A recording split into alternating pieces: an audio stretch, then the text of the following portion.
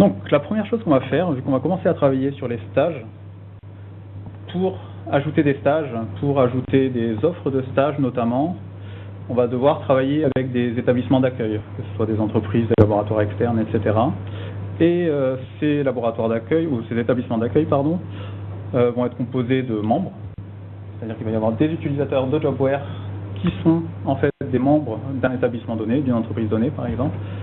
Donc, une grosse partie des fonctionnalités de Jobware finalement réside sur la notion d'utilisateur de Jobware. Donc ce qu'on va faire, c'est qu'on va cliquer sur le sous-item dans le menu, dans le rôle administration TC ici, on va cliquer donc sur l'item utilisateur qui va nous mener sur la page principale qui va nous permettre de lister, de rechercher des utilisateurs notamment.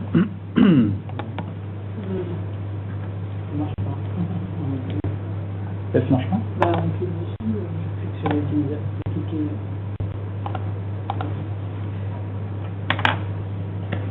Je vais regarder ce que c'est. Ça ne marche pas, je clique dessus. Il est en train de charger en fait. Ah, il est en train de charger, d'accord. Ah, moi aussi, je suis un peu... Ouais, il est long, c'est bien. Aujourd'hui. Ouais.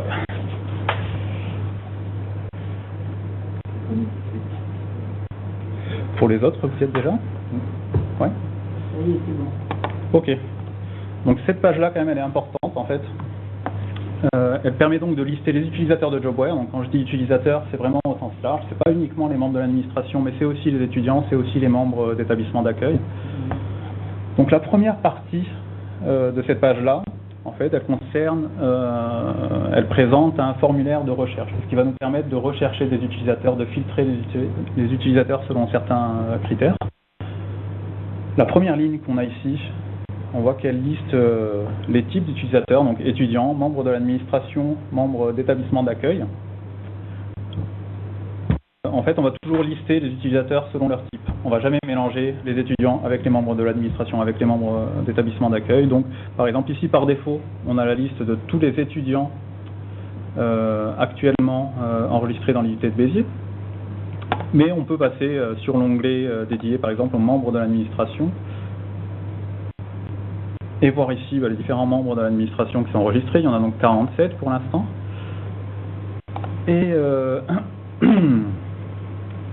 Et à partir de là, on peut, par exemple, également aller chez les membres d'établissements d'accueil, voir qu'il y en a 346 actuellement dans Jobware. Et à partir de là, vous pouvez par exemple faire une recherche via le formulaire de recherche qui est ici. Recherche selon le nom, par exemple, d'un utilisateur. Donc chercher tous les utilisateurs qui contiennent telle chaîne de caractères. Ou bien faire une recherche par email ou par sous-chaîne de caractères d'email. Ce qui m'intéresse particulièrement ici, en fait, ça va être la notion de création d'utilisateur. C'est-à-dire que c'est à partir de cette page-là, si vous devez créer un utilisateur en particulier, vous avez ces informations, c'est-à-dire son prénom, son nom, son adresse email et puis les autres informations qui peuvent vous intéresser. Vous devez passer par ici pour créer cet utilisateur. Et pour ce faire, on va passer par le bouton ici qui est juste au-dessus des résultats de recherche, créer un utilisateur qui va vous permettre de sélectionner le type d'utilisateur à créer. Donc dans notre cas, par exemple, on va créer un membre d'établissement d'accueil. Et on va voir à quoi ressemble le formulaire de création d'un membre d'établissement d'accueil. Alors, on a les informations essentielles. Oui, je peux juste poser une question. Quand on a le tri, par exemple, on nous montre tout à l'heure, vous avez montré les utilisateurs, donc par exemple les étudiants, on a une liste de 280, je ne sais pas combien d'utilisateurs. Oui. Est-ce qu'on peut trier les étudiants, par exemple, par rapport aux formations? Alors, non, pas ici.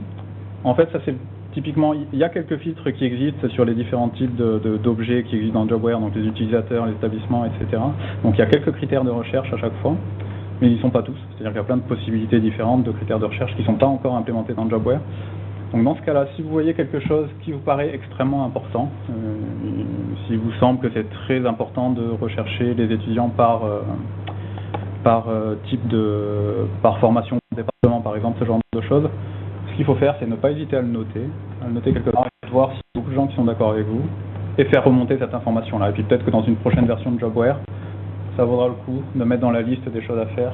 Voilà, ajouter tel critère de recherche. C'est ce qui s'est passé l'été dernier avec tout un tas de nouveaux critères de recherche sur les stages, notamment si je me rappelle bien. Donc voilà, c'est quelque chose que vous pouvez faire. Et puis on peut espérer après qu'on l'intègre à Jobware un petit peu plus tard. Ok, donc on va créer l'utilisateur assez rapidement ici pour un établissement d'accueil. Donc on arrive sur un formulaire. Le formulaire nous demande les informations de base de cet utilisateur. Donc ici, hop, je vais rajouter donc un prénom, un nom nouvel utilisateur, et puis un email. Donc tout ça, c'est des informations qui sont indispensables.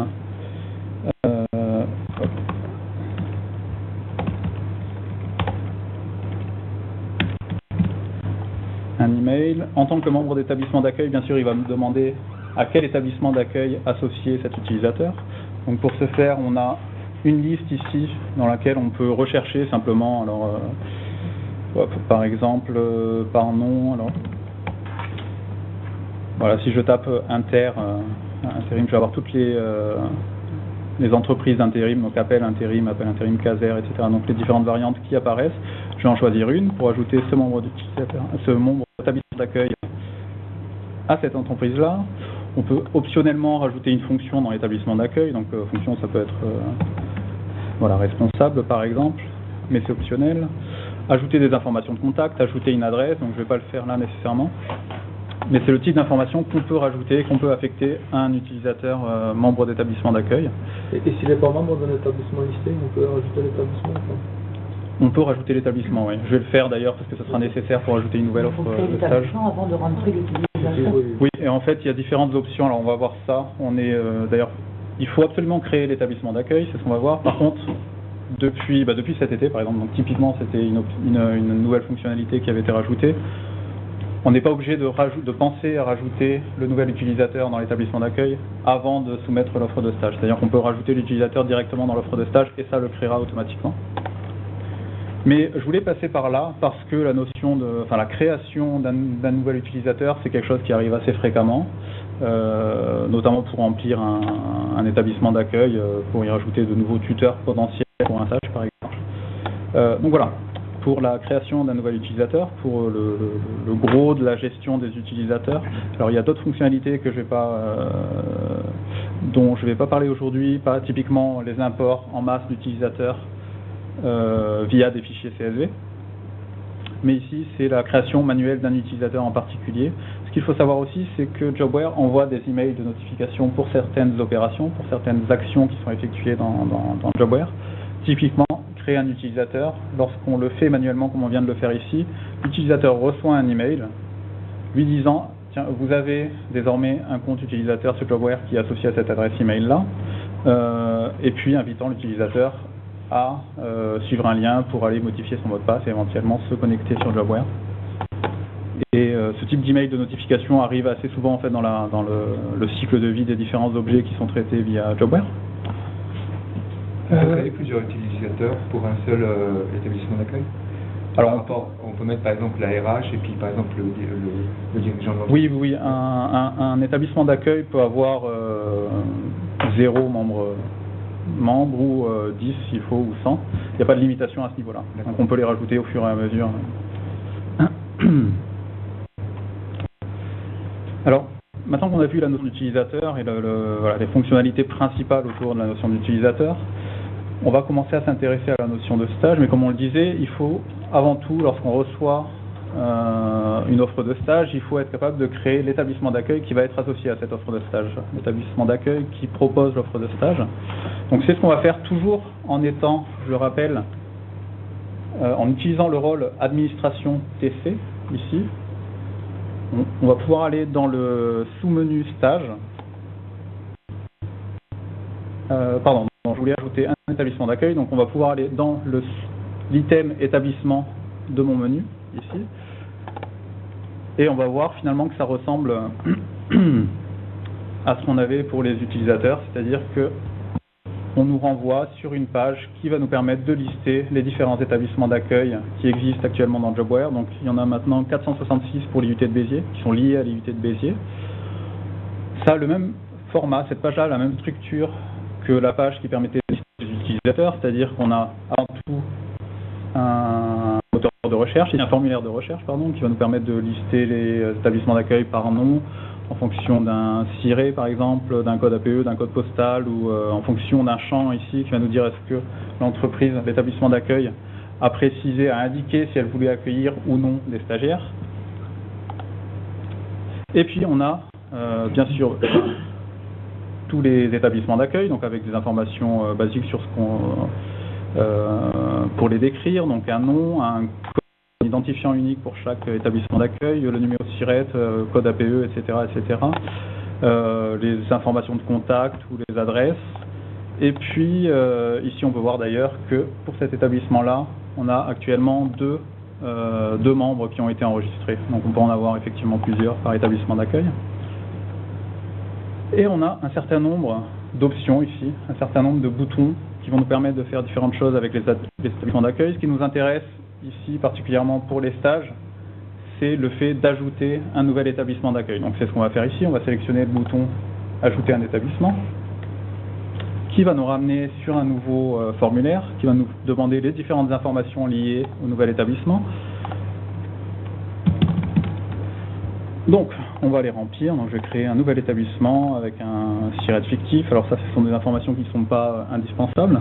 La seule chose à savoir ici, c'est que le nom doit être présent, bien sûr, pour un établissement d'accueil, et qu'il doit être unique. C'est-à-dire qu'on n'a pas le droit d'avoir plusieurs établissements d'accueil qui portent exactement le même nom enregistrés dans l'IUT de Béziers. Si par exemple il y a différentes variantes installées dans différentes villes, différentes filiales d'un même établissement d'accueil, il faudra le préciser dans le nom pour que ce soit non ambigu.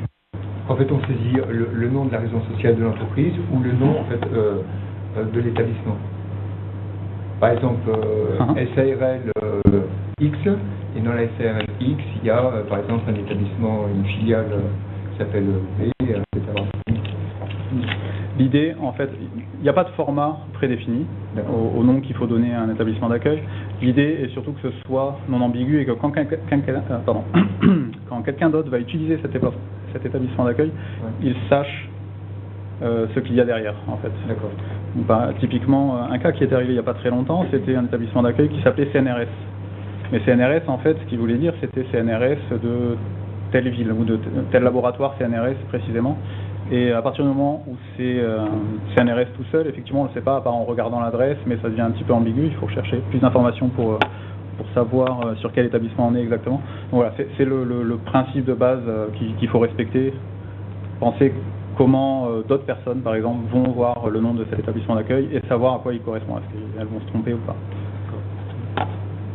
Donc on a différentes informations ici, notamment le fait d'accueillir ou non des stagiaires, c'est le champ dont on parlait tout à l'heure pour filtrer les entreprises, éventuellement un nombre d'employés, on va mettre 10 ici, et puis un champ information confidentielle sur l'établissement d'accueil, qui est un petit peu particulier. J'ai une question, je souhaite accueillir des stagiaires, donc c'est que pour les stagiaires, mais on a aussi le côté apprentissage.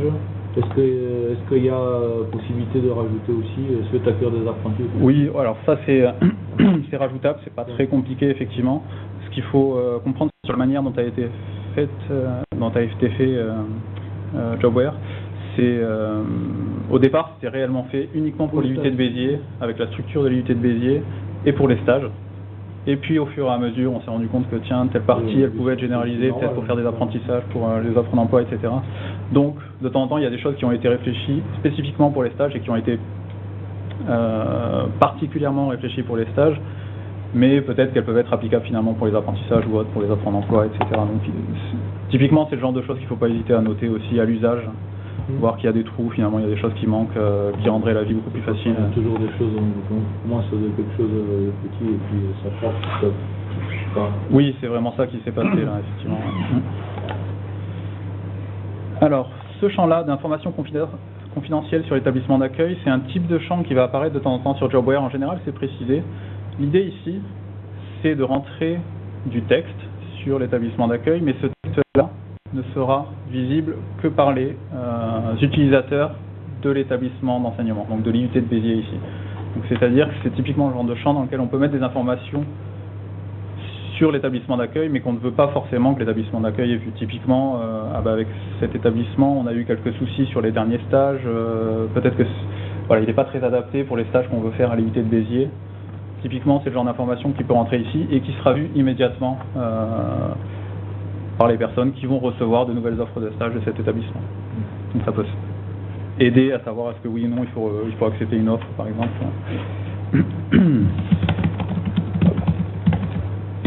Voilà, je vais simplement remplir comme ça.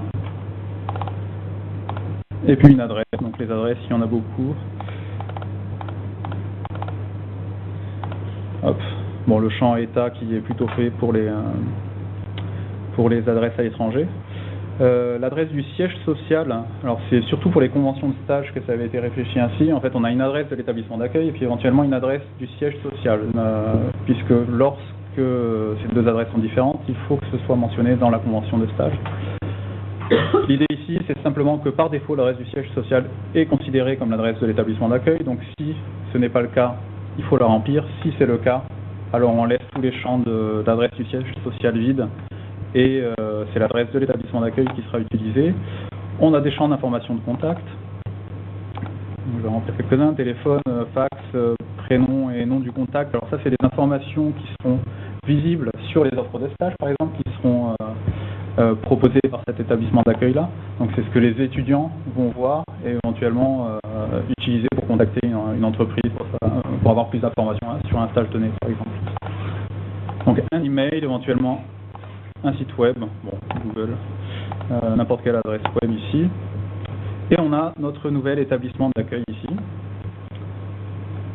Ce que vous voyez ici, l'encadré qui est en bleu clair, c'est les informations confidentielles qu'on avait rentrées dans le formulaire précédent. Et c'est ce cadre bleu qui ne sera vu que par les membres de l'IUT, les membres de l'établissement.